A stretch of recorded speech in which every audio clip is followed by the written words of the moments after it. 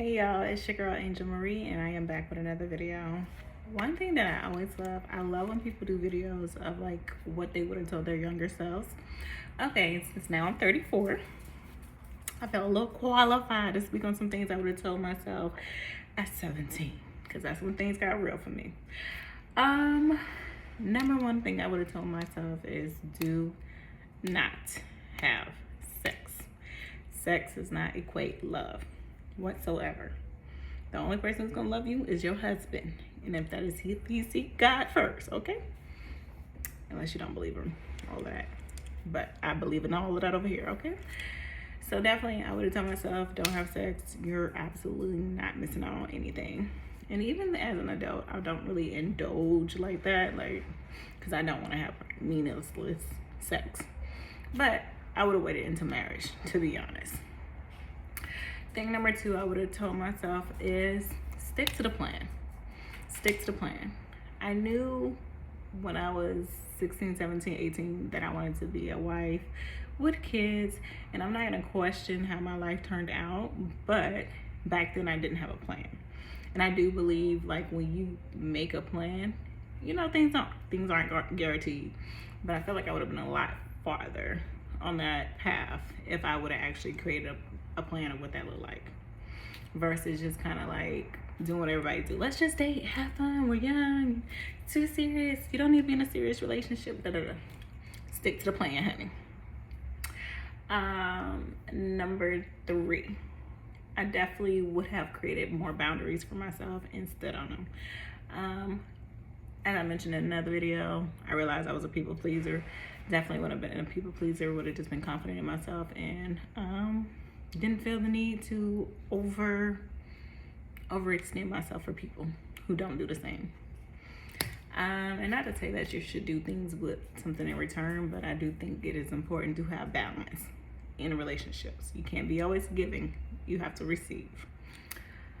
Another thing I would have told myself is cut men off quicker. I've always been, and maybe because I'm just like this loyal woman, but I usually allow people to linger around. Even if I never want to be with them, I still let them linger around, steal some of my energy, steal some of my time. Cut them off. Once you're done, you're done, okay? And now I'm at a point where I do that. Like, there's no need for you to text me. You can't suck up this energy. You don't get this aura, you don't get this presence, you don't get any of it, okay? Capiche? Another thing I would have been like was find quality friends. And I think that's a big one because, you know, growing up in an environment that's pretty toxic, you kind of become friends with people who may not always be the best for you. Like, not to say that they're bad people, but sometimes they'll do things that will hurt you and you forgive, and they hurt you and you forgive. No, find quality people with good traits.